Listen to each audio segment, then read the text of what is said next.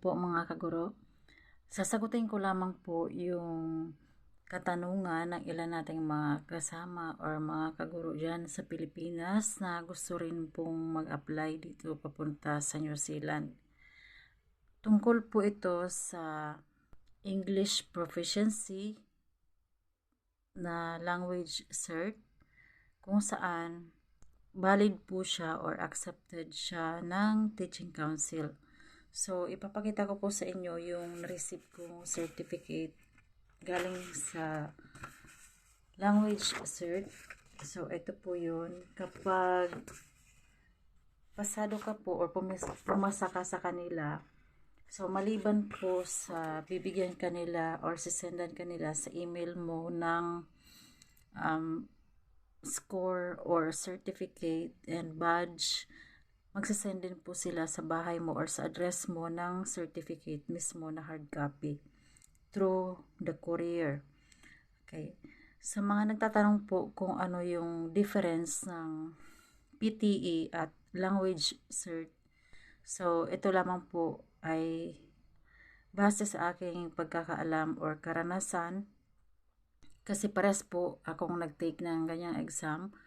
Sa PTE po, ang gagamitin po ay computer or ang nagpapa-exam sa iyo ay mismo yung computer. It means recorded po sa system nila yung mga questions at may time pressure na 2 hours.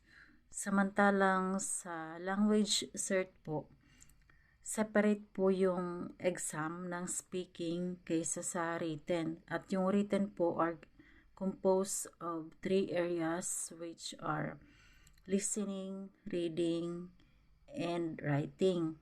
So, yung written exam ay mga 3 hours po yung inaabot. So, separate po yung examination date. Depende po sa inyo kung anong araw at oras mo gusto mag-exam. Depende sa iyo kung gusto mong unahin yung speaking kaysa sa written. Yung speaking naman po, based on my experience, ay inabot lamang ako ng 15 minutes. Tapos, mag-iba po yung proctor na mag-facilitate po nung written at saka speaking.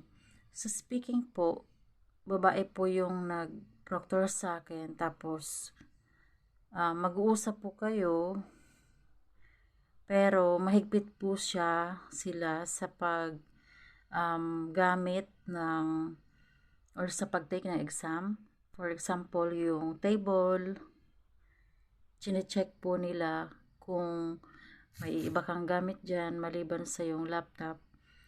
Kasi pati ilalim po ng table at chine-check. Tapos dapat po ay mag-isa ka lang sa room.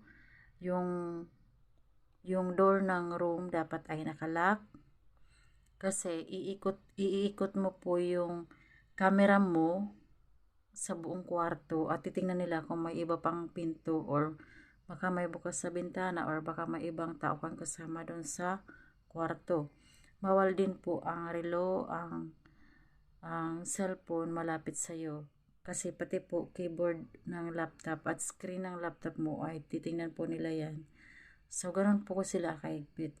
And then sa written naman po, ang pagkakaiba ng written exam compared sa PTE, sa language cert po ay 2 beses po inuulit yung tanong. Kaya po medyo mahaba, 3 hours. And para po sa akin, mas convenient po na i-take yung language cert kasi pwede mo po siyang gawin sa bahay lang.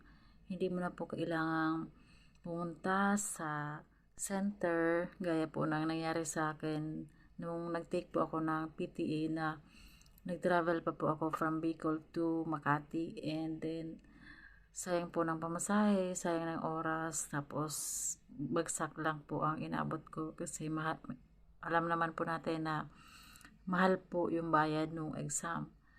So, sa mga nagtatanong po kung alin yung mas maganda or mas easy, so since naranasan ko pong i-take yung dalawa, mas easier po yung language cert. At depende rin po yan sa inyo kung ano po yung preference ninyo. At depende kung ano yung financial capability ninyo. Kasi magkaiba po yung amount. Although, convenient yung language cert, medyo mahal din po siya kumpara sa PTE. Pero, in terms naman po sa result ng score, kasi yung PTE po, that day, malalaman mo yung result. And yung language cert naman po ay mag-aantay ka ng mga 3 days po bago malaman po yung result.